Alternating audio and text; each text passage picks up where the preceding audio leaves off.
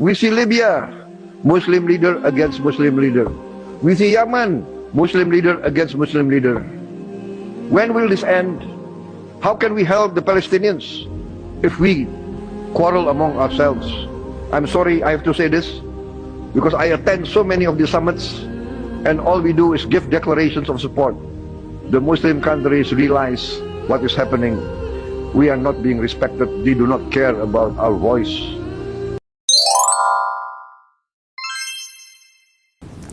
Assalamualaikum warahmatullahi wabarakatuh. Semoga kita selalu diberikan kesehatan dan nikmat panjang umur. 100 hari sudah pemerintahan Pak Prabowo dan Mas Gibran memimpin kita semua. Tentu banyak hal yang sudah dilakukan untuk membawa Indonesia ke arah yang lebih maju, lebih sejahtera, lebih modern tentunya. Dan walaupun memang masih banyak PR, karena 100 hari itu bukanlah waktu yang lama.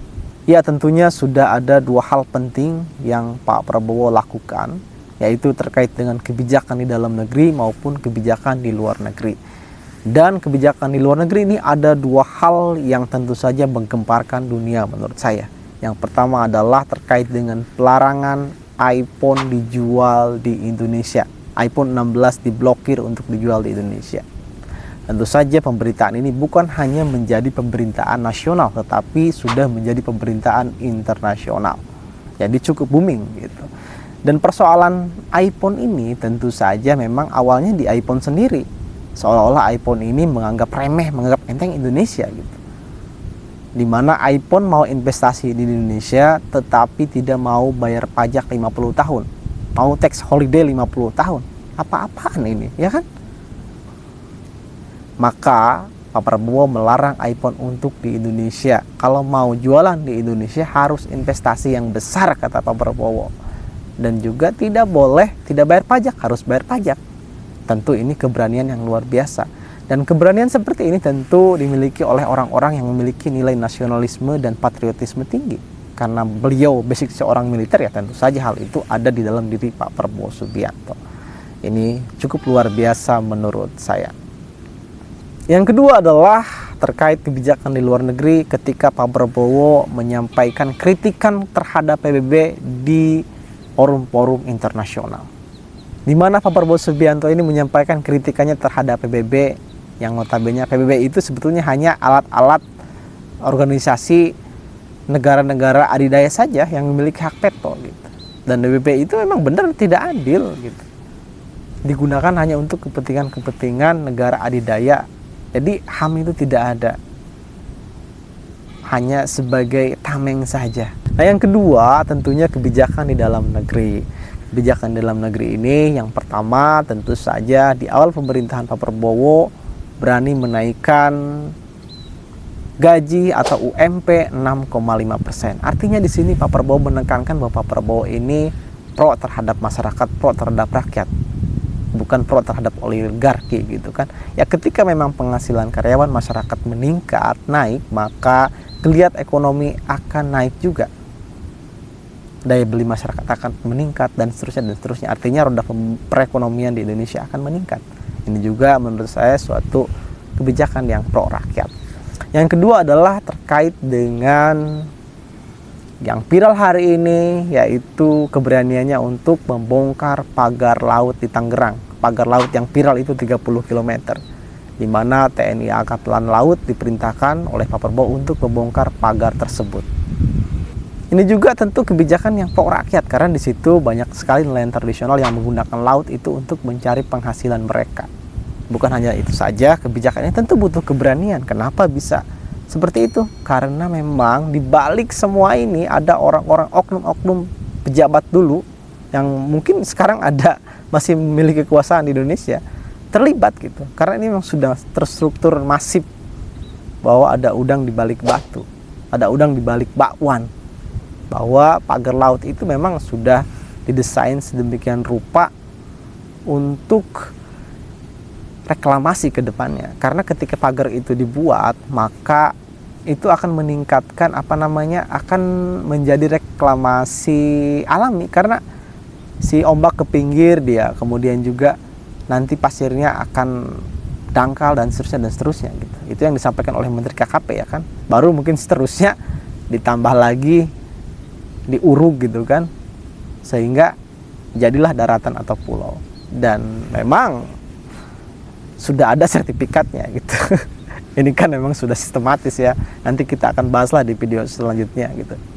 Kemudian yang ketiga adalah terkait dengan program dari Kementerian Agama bahwa ibadah haji ongkosnya itu turun. Ini juga tentu menjadikan Kementerian Agama menjadi apa ya, mendapatkan poin tertinggi lah di awal 100 hari pemerintahan Pak Prabowo Subianto ini.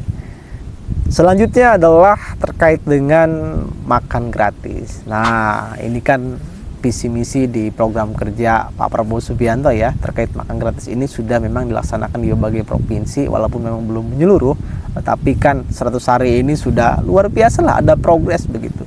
Jadi kalau kita mau Indonesia ke depan maju, maka memang ya anak muda, anak-anak hari ini harus memiliki gaya hidup yang baik, salah satunya dengan makan gizi gratis ini ya kan. Gizinya diperbaiki dulu, baru nanti kualitas SDM kita akan meningkat ke depan. Ini juga menurut saya menjadi catatan baik juga untuk Pak Prabowo Subianto.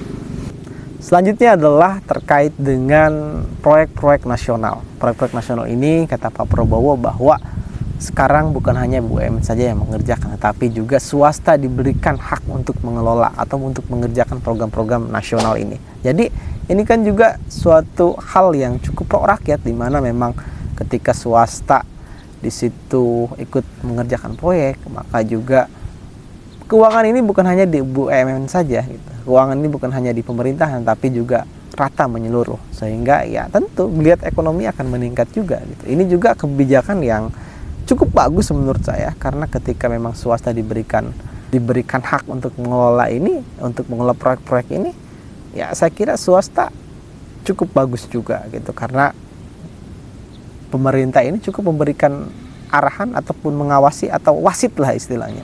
Maka yang menjalankan swasta, walaupun memang tidak semuanya, tetapi saya kira ini cukup baik, cukup bagus untuk Indonesia ke depan. Jika memang swasta kita meningkat, swasta kita perekonomiannya bagus, pemerintahan juga oke, ya saya kira Indonesia akan maju ke depan. Dan tentunya dari berbagai survei, salah satunya adalah Kompas, bahwa publik hari ini, masyarakat hari ini puas dengan Pak Prabowo sekitar 80% sekian. Ada yang juga menyampaikan hasil rilis lembaga survei 87 sekian persen gitu, puas dengan Pak Prabowo. Ya wajar saja, karena 100 hari ini sudah banyak hal yang sudah dilakukan oleh Pak Prabowo Subianto. Terlepas daripada itu semua, memang banyak PR yang harus diselesaikan oleh Pak Prabowo, yaitu terkait dengan hukum misalkan.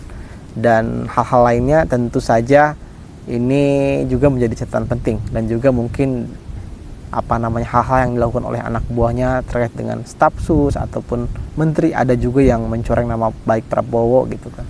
Mungkin ada menteri yang menyampaikan hal-hal yang kurang baik gitu. Salah satunya mungkin sudah kita bahas di video sebelumnya terkait dengan meminta anggaran yang sekian gitu kan. Dan juga ada staf sus yang sudah mengundurkan diri gitu, dan seterusnya. Itu kan juga mungkin menjadi bumbu bagian daripada awal pemerintahan Pak Prabowo Subianto ini. Dan tentu saja pemimpin ini kan seorang manusia, tidak akan ada yang sempurna. Oke lah, kita toleransi saja mungkin kekurangan-kekurangan daripada Pak Prabowo ini, karena kebaikannya pun banyak gitu. Artinya kan kita sesama manusia, tentu saja selalu ada kekurangan dan kehilapan.